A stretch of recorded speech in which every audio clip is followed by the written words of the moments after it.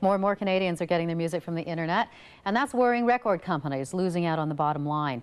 It's not a new trend, of course, but now those companies are moving to crack down on downloaders big time. Some Canadian musicians, however, don't think penalizing fans is the way to go, and they formed a coalition to fight it. Stephen Page of the Barenaked Ladies joins us in studio. So you're okay with this? You're saying it should be okay for fans? What I'm saying is I think that looking at sharing music, which is not a new phenomenon, as some kind of crime that should be sued or punished by law, is wrong. I think that suing our fans is the wrong attitude to take when we're trying to nurture our fan bases.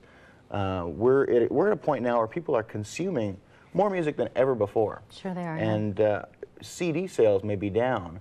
Part of that is because of that bubble that was created by the industry is over now. People have rebought their vinyl on CD and from iTunes and whatever else a zillion times, and they're done with that. But they're consuming music and sharing and trading stuff and informing people about new bands. So the breakthroughs of artists like Broken Social Scene and Arcade Fire are because of word of mouth and because of internet and file sharing, and not because of the American record company or international record companies' desire to sue fans for sharing music. But on the flip side, not to use that term lightly, but on the flip side of that, what about the bottom line? I mean, what about the fact that if you download for free, the music companies, the albums, they're not making the money, and if they're not making the money, then you're not going to make the money. Well, studies have shown that people who share music online are more apt to spend more money on music than people who buy music from legal, quote-unquote, legal downloading sites. Those people are the true music fans, and to try to punish them for that fandom is counterproductive. There are studies even commissioned by the Canadian Record Industry Association that say people who have shared music online are more likely to buy that than people who buy single songs. There's a concerted effort on the other side of this, as you know, with Tom Cochrane and a number of other musicians that have decided to say these copyright laws have to be changed so that we can go after those people who are downloading. Has that gained steam? You know, that's a movement spearheaded by CREA, the Canadian Recording Industry Association. They're anxious to rewrite the copyright law in this country, and it is time to rewrite copyright law, which is why myself and a bunch of other musicians, including Sarah McLachlan, Avril Lavigne, Broken Social Scene, Stars, and on and on and on, have decided to start this new coalition called the Canadian Music Creators Coalition. To speak on behalf of those that actually create the music and deliver it. Let me get your impression, because the industry is changing so quickly, which is why you say the copyright laws need to be changed.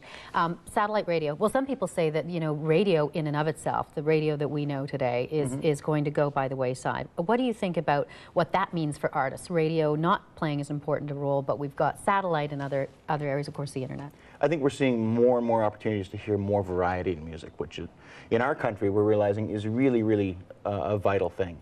That the top 40 is, it will always be there. The most popular will always be the most popular. Yeah. But it's all the stuff at the bottom of the pyramid that's spreading like wildfire. And I think to try and stop that spread is counterproductive. The other thing that we're seeing happening a lot with the major labels is they're putting what's called DRM, digital rights management, on their tracks. So if you download a track from the iTunes Music Store or you buy a CD, quite often there's copy protection, which stops you from listening to the music in the way that you want to listen to it.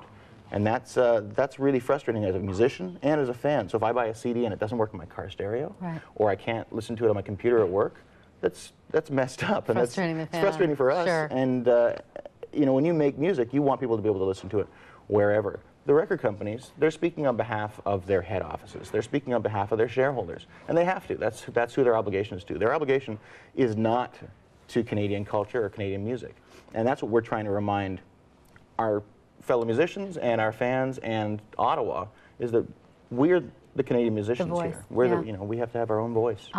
Very quickly, you're going to have your own voice, because we're going to hear from the Barenaked Ladies again very soon, right? That's right. We're just finishing recording a new album now. It'll be out in September. Excellent. Looking forward to it. Thanks for your time this morning.